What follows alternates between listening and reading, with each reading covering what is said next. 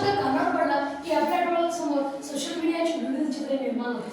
कित्येक fake account असणारं Facebook, अफवा पसरवणारं व्हॉट्सअप, घरी मायबापांचं नाही ऐकणाऱ्यांना जिथे दुसऱ्यांची ट्विट ऐकावी लागते ते ट्विटर आणि ज्याच्याशिवाय आयुष्यात काय पंक्चर झाल्यासारखं वाटतं ते यूट्यूब, हीच काही सोशल मीडियाची माध्यमं आहेत.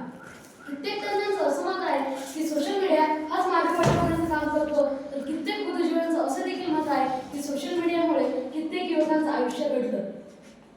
अशा वेळी देशाला सत्ता स्थापन करण्याची जबाबदारी ज्या युवकांवर आहे तो युवक स्वहित आणि देश हितासाठी सोशल मीडियाचा वापर करतो का असा प्रश्न निर्माण व्हायला लागतो. सोशल मीडियाप्रती असलेली लोकांची भूमिका काय आहे यावरच विचारांचं मंथन करण्यासाठी मी डोके तुमच्यासमोर श्री छत्रपती शिवाजी विद्यालयाचे विद्यार्थी तुमच्यासमोर उभा आहे.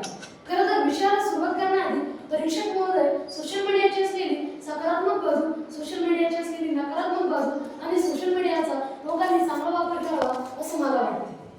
सोशल मीडियाचा लोकांवर इतका प्रभाव पडत चालला आहे की तो कर्तृत्वाची जाण आणि नेतृत्वाचा भान नसताना जेव्हा अजाणतेपणे सोशल मीडियाचा वापर होतो तेव्हा हीच सोशल मीडिया समाजाची आता सोशल आहे का असा प्रश्न निर्माण व्हायला लागतो. चक्क विद्येचे माहेरघर असलेले पुणे 15-20 पुत्रांच्या जमावाला रॉकेट टाकून मारलं गेलं तर 16 पुत्रांना चक्क अन्नात विष टाकून मारते गेलं. पुत्रांचा तर सोडाच आधीच्या महिन्यात नांदेड जिल्ह्यात पाठीवर पाय देऊन आलेल्या सख्या भावाला आपल्या बहिणीला भर रस्त्यात चाकू खुपसला. तोबा गर्दी जमा झाली पण गर्दीतल्या एकाही व्यक्तीच्या त्या मुलीला वाचवू शकले नाही, तर गर्दीतल्या प्रत्येक व्यक्तीच्या त्या मुलीचे प्रक्षेपण करण्यात रंग झाले. गर्दीमध्ये 2 जणांवरती खुनी हल्ला झाला, मित्राचा जीवच गेला. मुलगी रक्ताच्या अखातल्या रस्त्यावर सगळं मदतीची याचना करत होती.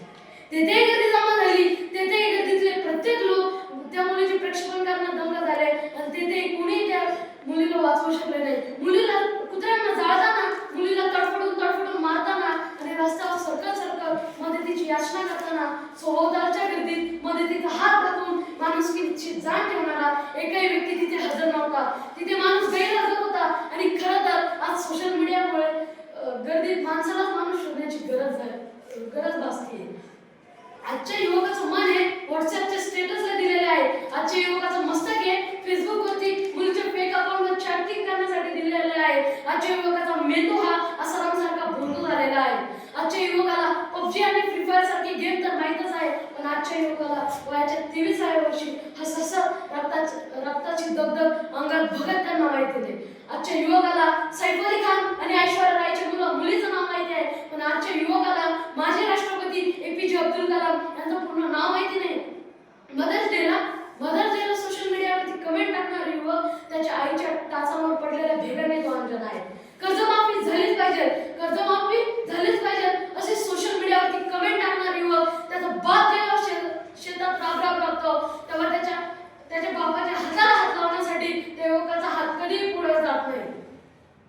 परकी राणी